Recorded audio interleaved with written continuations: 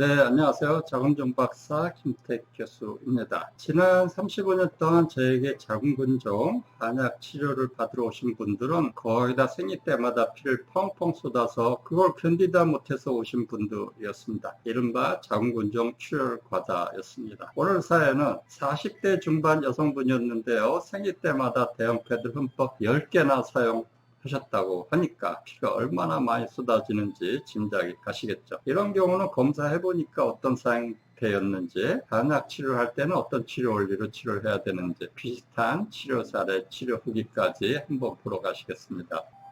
이거는 젊어서부터 자궁근종 때문에 출혈 과다였다고 합니다. 최근에 더욱 많이 쏟아져서 인터넷 검색을 하고 치료를 받으러 오시게 되었다고 하는데요.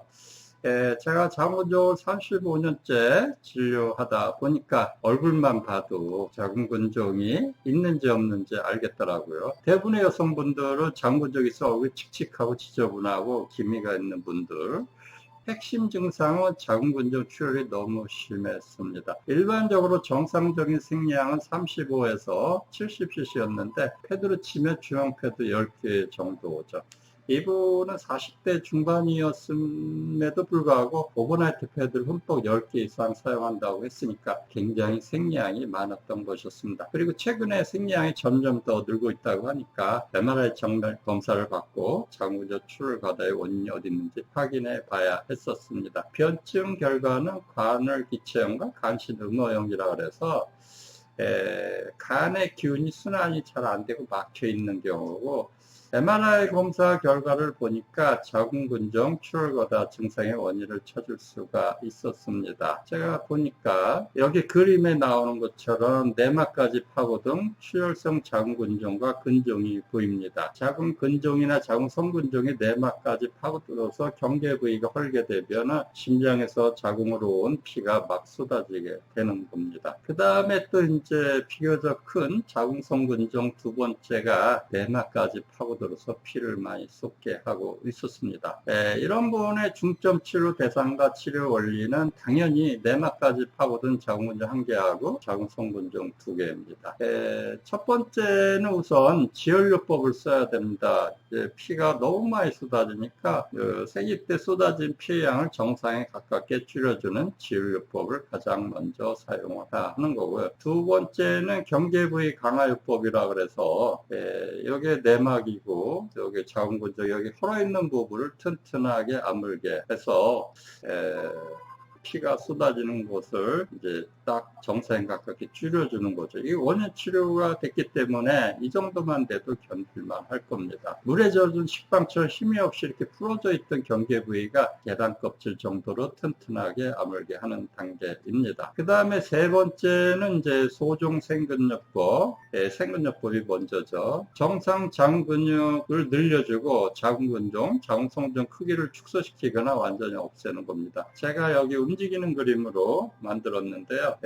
연두색으로 표시한 선이 정상 자궁근육, 지금 처음 조금 1mm, 2mm 생기는 게 그 생근요법이고, 계속 더 커지면서 자궁근종이나 자궁성종 크기를 축소시켜 나가는 게 소종요법이 되겠습니다. 실제로 제가 치료해 본 경험으로 14.5cm 크기를 94% 축소시킨 게 자궁근종에 있어서는 이제 가장 큰 치료 사례였고요. 자궁성근종 9cm, 10cm를 7, 80% 축소시키거나 7cm짜리를 96% 거의 다 독이 없앤 사례가 있었습니다. 그러니까 웬만하면 거의 다 한약 치료가 되고, 실제로 뭐 수술할 때 피도 많이 흘리고 아프고 입원도 해야 되고 그렇지만은 한약은 그런 게 없고, 비슷한 실제 치료 사례와 치료 후기를 한번 보시겠습니다. 이거는 이제 자궁 안에 가득 차 있던 5cm 자궁성근종을 한약 치료 6개월 후에 94% 축소되면서 자궁이 거의 다 정상 자궁 근육층으로 바뀌었었고요. 13개월 복용 후에 2차보다 더 줄어서 최종적으로 96% 축소되고 흔적만 남았습니다. 이분이 이제 치료 후기를 이렇게 써 주셨습니다. 자세한 내용은 이 아래 더보기란에 링크를 클릭해서 카페 회원가입을 하시면 볼 수가 있습니다. 그 다음에 이제 진짜 자필 후기야 실제 MRI로 검사 검증된 치료 사진 보시면은 자궁근종 출혈가다로 소파에서 자했었는데 지푸라기라도 잡는 심정으로 피가 너무 많이 쏟아지니까 이분은 침대에서 못 자고 소파에 나가서 자야 된다는 거죠.